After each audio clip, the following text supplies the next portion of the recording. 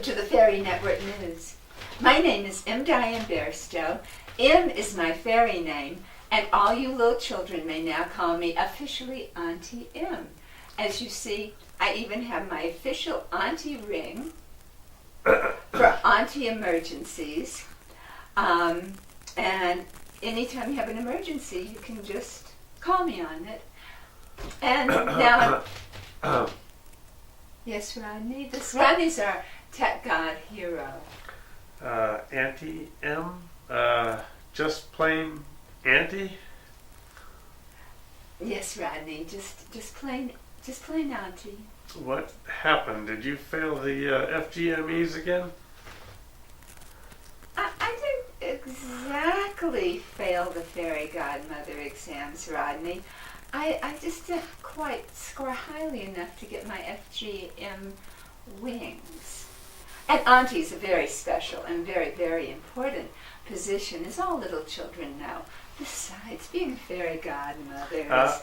What did you actually turn into a pumpkin this time? In the news, the Human Fairy Alliance is holding its summit in Love and Lightland. There's been a great deal of discord between the Fairies First Alliance, who disdain and disregard humans, and the Fairies for Change Network, who want to work with them.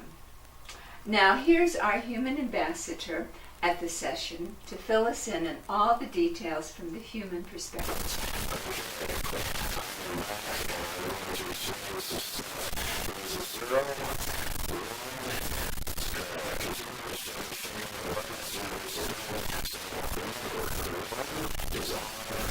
FNN has just received a transmission from the Fairies First Alliance.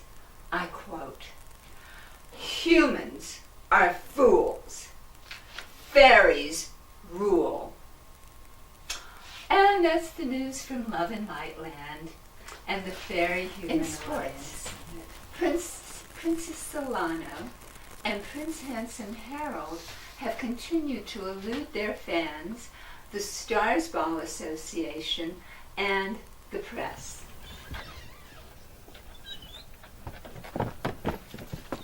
Princess Solano! Princess Solano! Prince Harold! Comment on the Stars Ball controversy! Myself included. Sports fans are furious. The tournament is on hold, and no one has yet been able to cross the Great Divide, brave the land of fright, find the other side of nowhere, count up to the 12th of never in order to find Never Nevermind Land, where the couple has taken asylum. King Wilfred, what's your problem, of Never Nevermind Land, sent a statement to the press via the Fairy Network grapevine, stating that he has promised to give the couple asylum for as long as they want. After all, he said, we never mind. Why should they? Why should you? Out your expensive gym equipment, diet pills, diet books. With only 30 seconds a day practicing the superhero stance, you will be healthy, wealthy, fit, and successful beyond your greatest dreams. For just £1.99 of fairy dust, you can have the superhero workbook, the superhero video, and the super story of Buster, the world-famous flying pig, who attributes his success to the practice of porcine superhero stamps. Today in our studio, we have Madame Portia P. Humphreys and Dave, the errant young dragon who was lost in the land of fright for over a week. And he has come back now and recovered from his ordeal to some degree, and he has written a book about his adventures in the land of fright. And since dragons do not learn to speak other languages until they're over 100 years old, they just telepath, and Madame Humphreys is a telepath as well as speaking many languages, so she's going to translate Dave's answers. Now, Dave, what possessed you to go into the land of fright? Did you understand that question, Dave? What possessed you to go into the land of fright? Oh my gosh. Oh, oh, oh. Well, gold and jewels and diamonds. Well, dragons do like those things. So what happened when you were there? Well, oh, horrible. He flew and flew and flew, and he found this cave, and he sunk down in it, and it was slimy and cold, but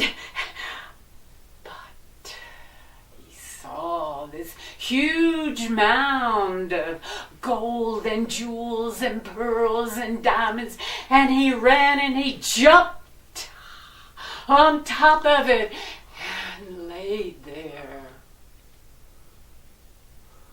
And then what happened? Well, he fell asleep. And then, as he was sleeping, in came this musician. Oh my gosh. A wizard-like fellow. And all of a sudden, he woke up, Dave did. And he was whirling. Ah! Ah! Ah! That sounds awful, Dave. He said, you don't even possibly ever in your whole life understand how horrible it was.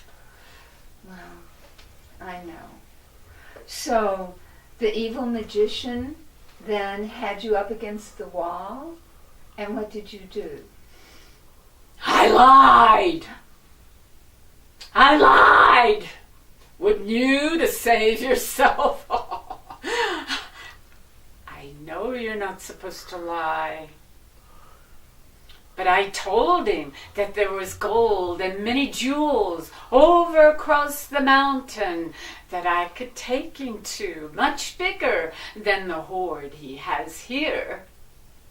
Oh, well, that was a very clever thing to tell him. So then, what, he got on your back and you started flying across the mountains? He jumped on my back, and I flew, and he had this cat of nine-tail, and he'd hit me. Ah! Ah! So I turned, and I saw the light ahead, out of the darkness into the light. The magician could not stand it. He lost all of his power, and so I did a somersault, whoosh, and off tumbled the magician. Well, that was very smart. Quick thinking, Dave. Oh, yes. Yes. And so are you all healed up now? Oh. I still tremble in the night. Oh, poor thing. Oh, you probably shouldn't pet a dragon like that. Oh.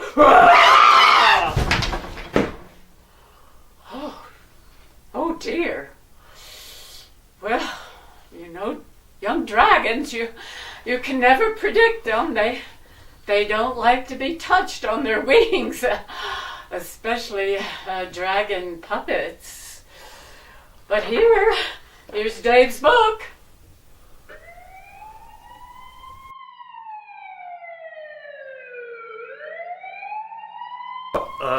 Good night. Good night, Rodney.